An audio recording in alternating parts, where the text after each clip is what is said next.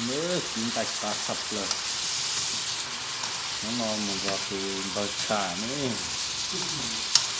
nhưng mà từng bờ xả thì cá độ lọc chín tay này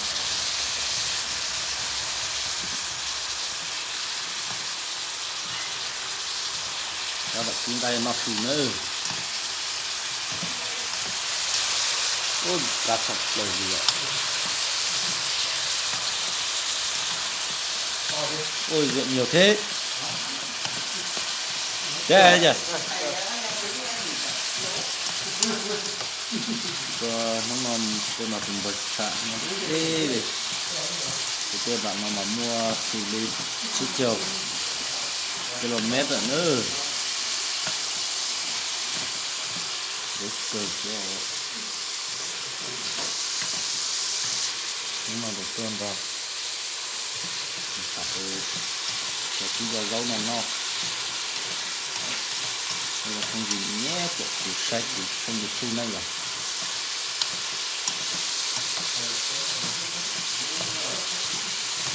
nó phá xía thế nữa rồi nó chỉ nó từ nên bầu lên rồi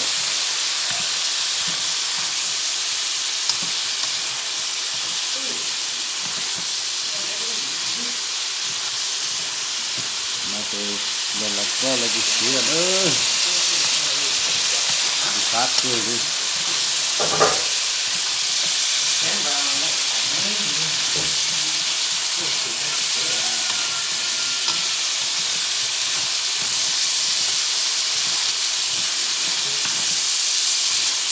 phát sập lời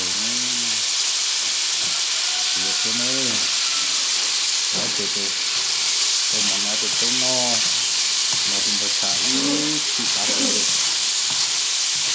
giờ tay ta cần hai lít nữa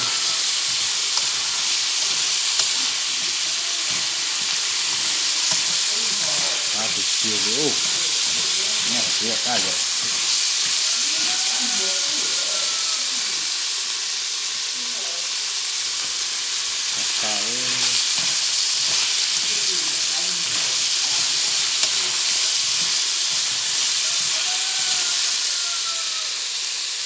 cái nữa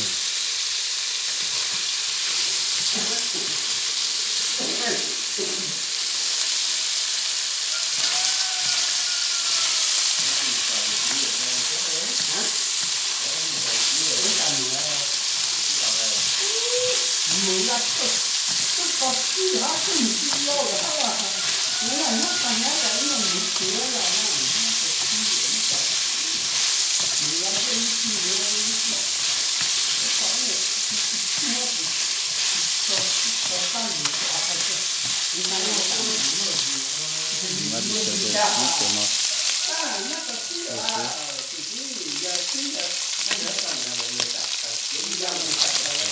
làm gì cái này của nó này làm việc việc cho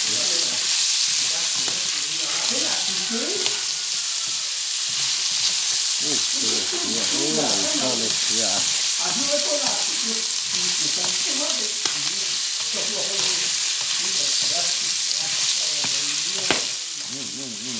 dapat kita hidup berlebihan.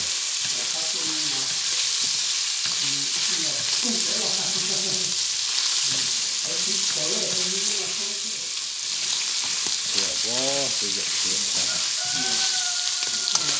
Masih ya.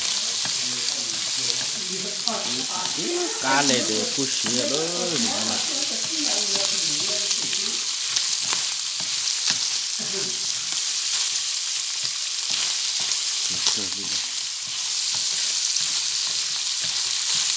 Masih ya. Oh, emang ya. Tahu,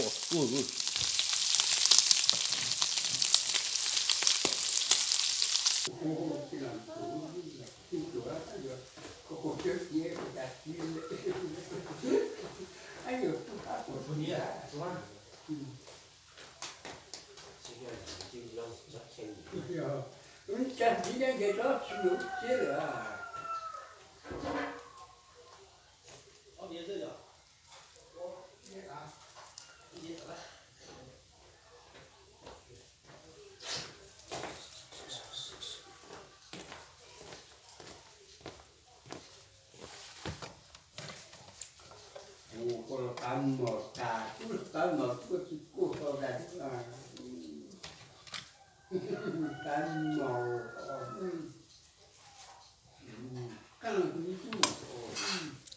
chập bự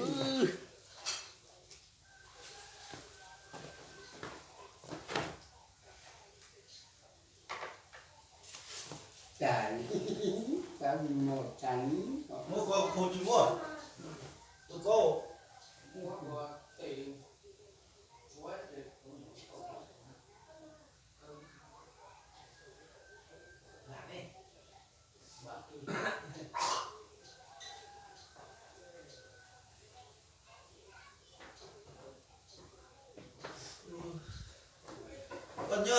con nhớ nó là nhớ tươi rồi nhất chỉ có giờ chỉ chỉ có nhất sắc gì chỉ là bác à không đấy ngoại mà em của ông ngoại thôi.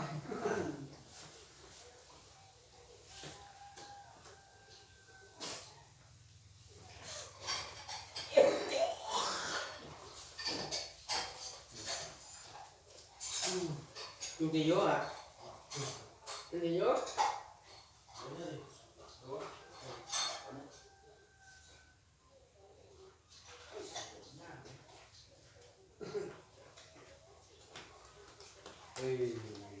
Tahan mo tahan mo Chẳng đó.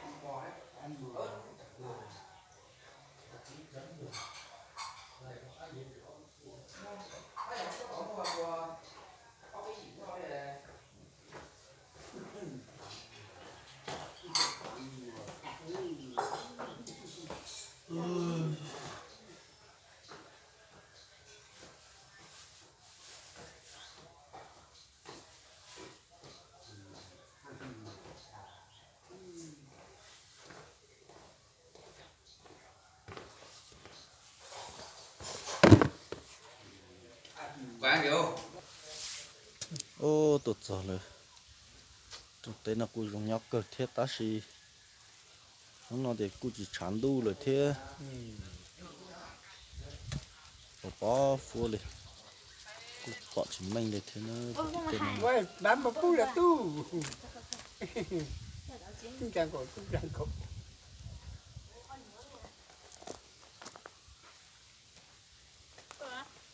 ơi để phong mi ê nó nữa lúc này phong nhiều lúc trẻ nữa lúc trẻ là cu nhót tàu chuyện nó cu nó lá xịt thế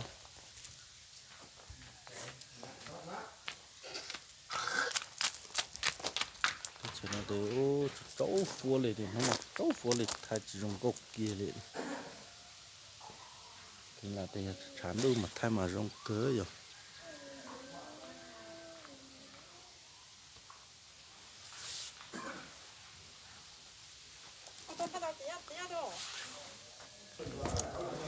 chỉ nó để trộn món lấy để vô bài nó món nữa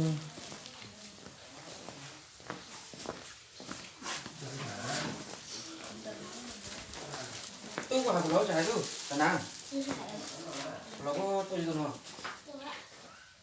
ngon rồi cô con nào cô muốn lũ tỏi cho con nào cô con nào cho thế nào không gì nữa tắt tọ xong cuộc do cho nó nhất chấm nào cởi đây chưa sao này sao có tấm play lọ chỉ lo có tấm play giờ có tấm play mà chỉ chập lớn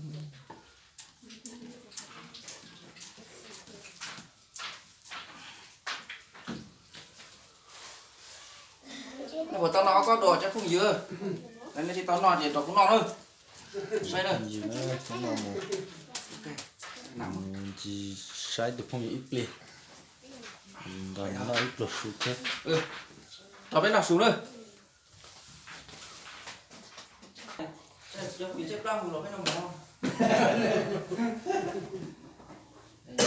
tôi là người rót đầu tiên nhân rót sau nhá. Ôi da, ta chở, ta tôi gọi gì đó. Có lọc cửa đi. Sao đây? Tôi đang cho đi vậy. Tôi xuống nó chẳng có gì nó là tôi đang cho chính đang đây. Ba bảy giúp ơi. Chắc không ngồi chắc chỉ không ngồi rót cả hai. Một cái hàng rồi đấy à? Cái là dưới gần. Cái rồi mà. Công sư nữa, có lọc cửa đây.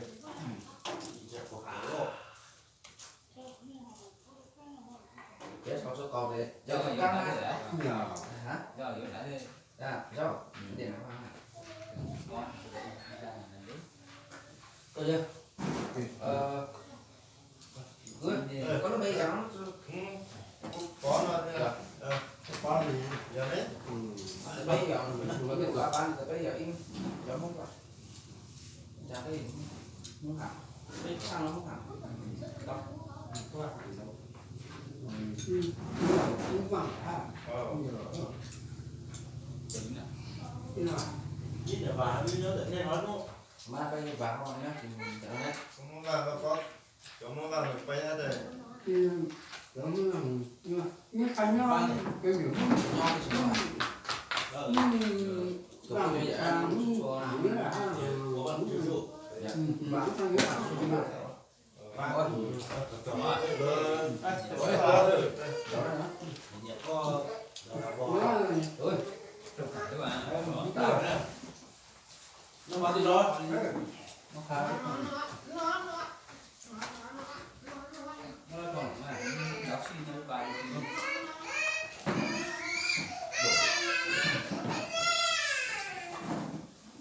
Này nó mà tử thì là có cứ của tao thế là chúng nói gì nha một cái tôi cho bây giờ cứ cho tao một đây cái hai mở lên đi đó. ra đi Cái mong tưởng mong có thể làm giờ đây cứ thoải mái ở cho điều hai lên giờ như giờ máy sang mùa đây hay là sang mùa tin này chỉ dòng mùa vậy thì tôi anh chỉ dòng mùa. ai cái tin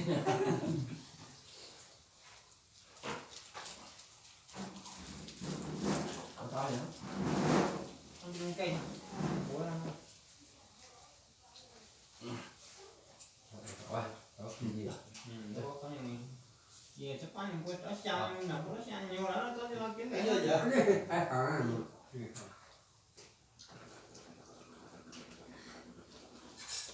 nó khác làm gì ở giải đấy bà Cường cường đấy à cho nó bay ở mấy thứ nó bay đây giải đi trồng với rồi từ bài cái có hết mà Họ thì cứ biết rồi. cà phê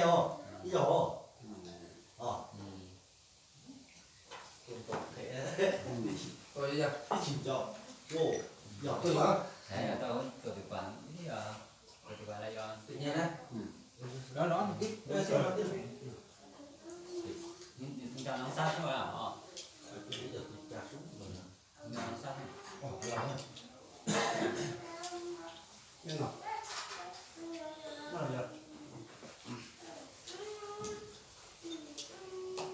Nó phải đổi đi rồi. Bài đó. Bài nhé chị. Tôi giờ tôi vừa. cái nó chỉ là nhưng mà Sao cô chết gì đâu vậy? Chưa được rồi. đồng quê một ngày Đó nó là nó tàu dính nữa này chưa? Bây giờ thì cho mình tàu cái. anh đi đi à hồn đó giàu giá giờ hồn mà Chọc kia. Thì cũng gì chứ à? đã tôi biết có được các biểu chơi kia xong mà trên này có của này giờ mà có biểu chơi kia mà này rồi Câu gì rồi? con ruột đó mà tủ này chứ có đại hay có Câu được câu trời trời. Chính là bây giờ nó ví dụ như nửa dâu rồi bây giờ tôi bỏ cô khói rồi tôi phải ô lên tôi có hơn mà nghe tôi hay này có mẹ nhỉ xanh dây dù đó kia thì mù lên cái gì à coi hàng chỉ có cái giờ có đấy hay là nhỏ cái nhất thôi thứ nhất chỉ có cái này cái nhất sắc nhỏ bây là giờ nó khác có này cái nhớ người ta không điều chế luôn. đó là đáng thẻ thì con đó là trời rồi rất sát cũng được nhưng mà đã có màu cái có đi có mấy tiền giống như rõ chỉ là cái nhiều đấy rồi đáng xem mình chỉ đáng thẻ đáng giá là cái giống cái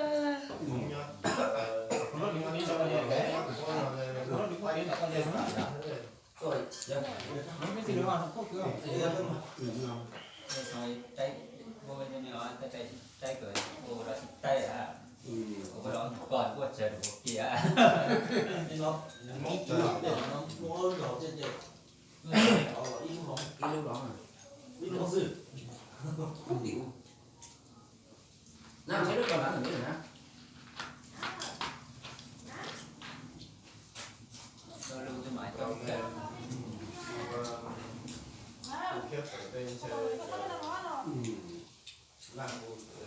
có loại cái mà có thể đặt nó đi à rồi cứ nhau ở trên thì nó Cứ ra lại nó sát vào thì nó chỉ nó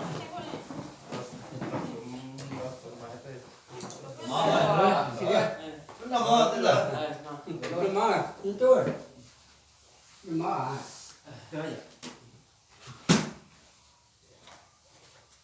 ui mình nhắc chữ say nồi cái này nó chế đại lần rồi không đâu đó mà bác đây còn mà rồi đất đũa đây còn mà à cái này của lấy một cái bát thôi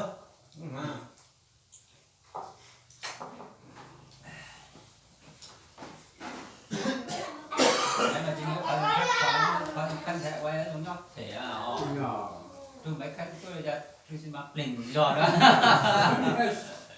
cái đó là cái đó tôi là chị trai rồi tôi là chị cư thì là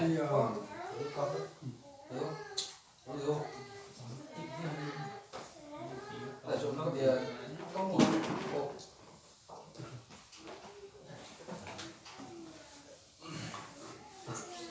nói đi là nhiều nó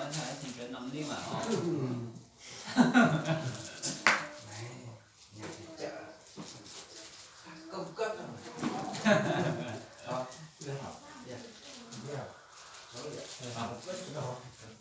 ở dưới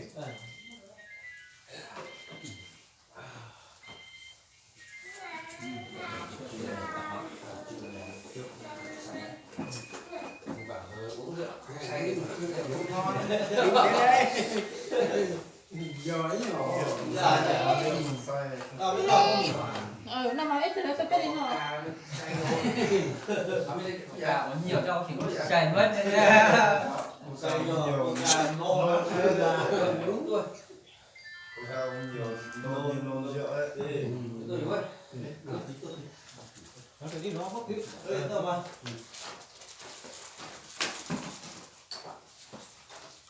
dân ngoài nhớ rồi nhớ kỹ lâu na này nhớ kỹ năm ngoái là con cứ Nó bữa cỏ. tay Phải ơi. Nó xịt tay đó không? Nó kiểu cứ nó nhấp để tôi nó dắt thành phố chứ. rồi gặp trong nó này đấy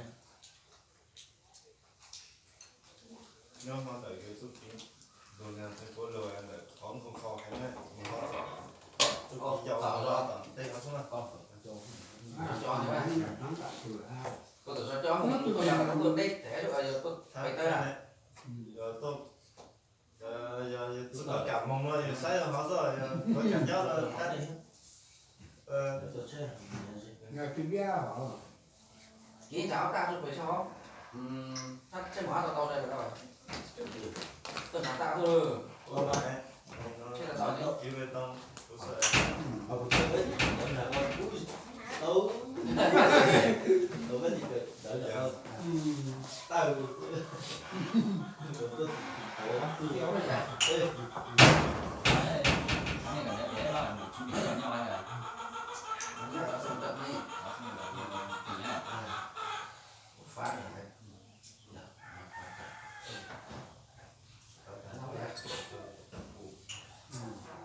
đó là bây giờ Mình chỉ cần đợi một cái chị tại nó xem nó cốt rồi trong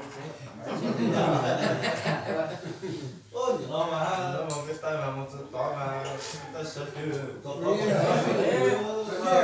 cái ham chỉ đồng một kia.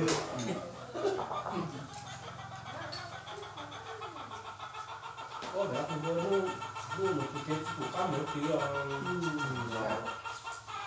chợ đéo cho nó làm chứng minh viên nha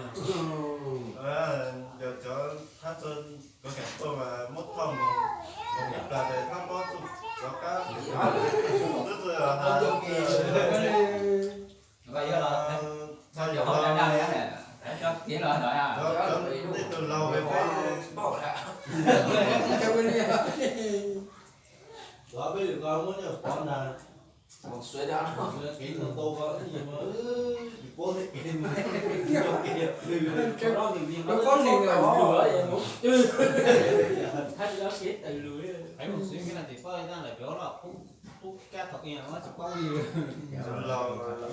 chân lâu về cái tây từ rồi rồi đâu đó thì có mà nó thì nó là món từ mà cái xây họ là tinh sao tinh nên nó giống như là cái si của cái này vật trâu vật trâu này vâng thì coi cho ít đó còn lòng rồi tôi cái kia cái cửa là cái gì lạ đường là chỉ cái là thế nhân gì cả giờ đây còn chơi lấy thật thật liền này đây thôi bây giờ bạn nếu cũng cái kia tôi nhìn cái gì đó tôi kia luôn thì tôi cái nó cũng xa ở đây là đó coi bây giờ ít bạn trở cái bây giờ ít bạn ít của không câu này mà rồi trở ngon gì đờ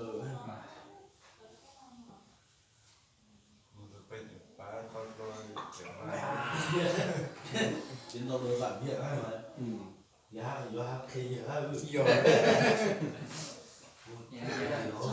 đó tí cái xong từ nay hôm nay là tính là cái chiều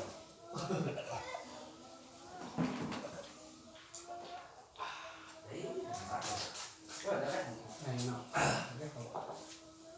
tí chỉ có đáp án lấy chẳng đấy. Mua có rồi, được. Còn một con đấy hay là được vào tiền bạc. Cục chợ liều nữa.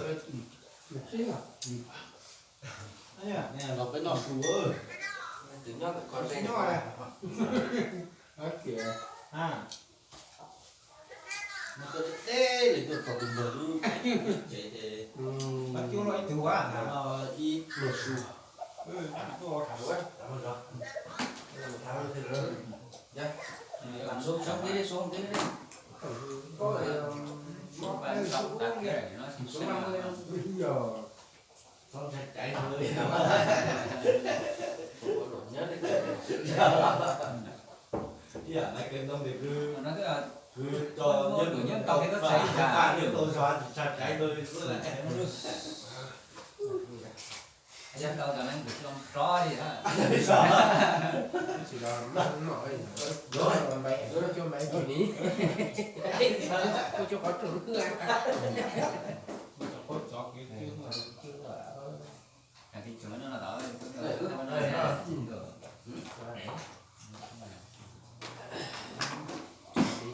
Nhưng mà giúp vậy ta cho nó cái này là xuống coi là đây là nó.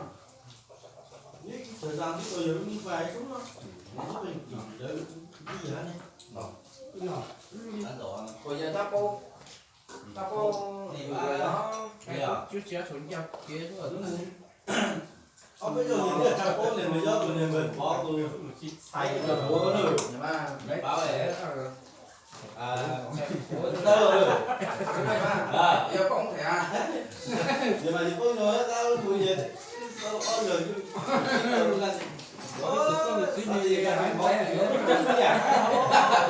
có cả bây giờ hộp giờ ôi rồi á mà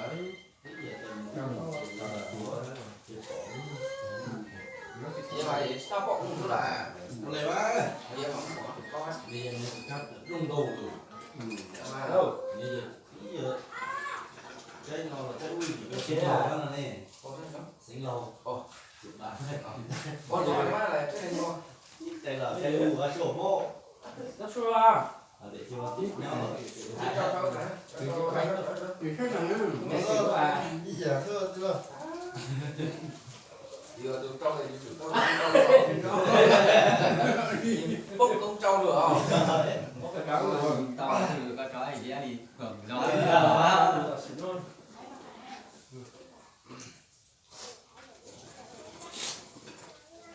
Dan tu cái ada ti lo hỏi ta. Đây đó. được không á Thì à có lên lo. được à lên được làm gì bây giờ bây giờ tôi tự xin vào các thứ bây giờ Nam ở đây tu hả thế rồi ít tiền lại mà xuống là ít tiền cứ cho các để xuống mặt à kiểu đó là nó nhờ đó xịt cá rồi rồi cứ xuống áo này cái là gì cho xịt hạt hết ôi này nước quá nhỏ có cái gì rồi cứ để ở giờ tôi không chỉ bây giờ ít cho xịt rồi thấy không vậy đó thì để giờ không đi dùng đến sáu bây giờ giống lại cái tiền lương lo trong thì lo nhiều cho cái tia giờ đồng cho cái nhưng mà nhiều là cái thuận tôi tôi mà không làm cho lừa vẫn sẵn để cái tôi cho cái có thể mấy đồ quá trừ thôi cứ tôi mong ta quá trừ nó có thể được chưa không mà đi lo hết rồi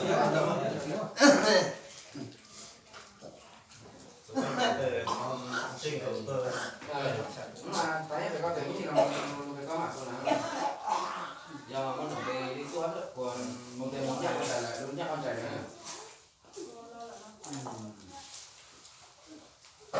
chọn nó hỏi cái giống hẳn đâu mà họ đã chọn làm được đây rồi phải biết sao mà con đó không là phải luôn rồi mà không nó rồi nó biết đâu mà Ăn rồi lên món hàng lắm nè. nhỏ ngõ của Đây đá của đây. Đá của. Nó cũng dễ quá ừ, thì phải đây là những con cua sẽ sân ba và nó có thêm món hàng nhiều lắm. món hàng là cái chuyện đâu mà nó là cô chơi đó mà chuyện đó là nó để nó tự ý cho mà đừng có nào có còn yêu cho nó đi mong đi ông không trẻ hồi ra sáng nhất bác mẹ là mong đi nó món cái đi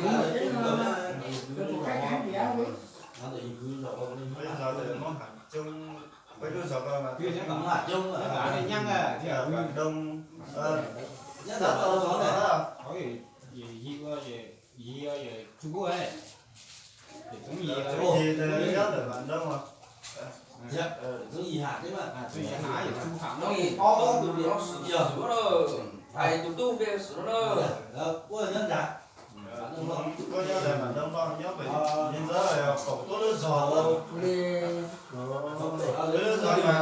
giờ mà mua vàng ha có hàng chung được là mua vàng mà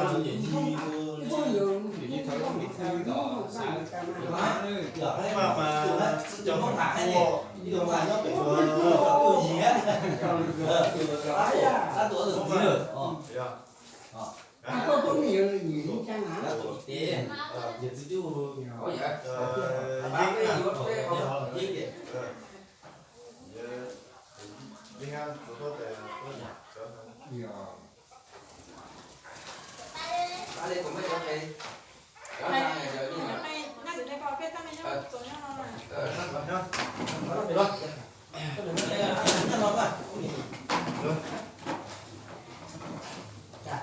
nó phải nó có tốn rồi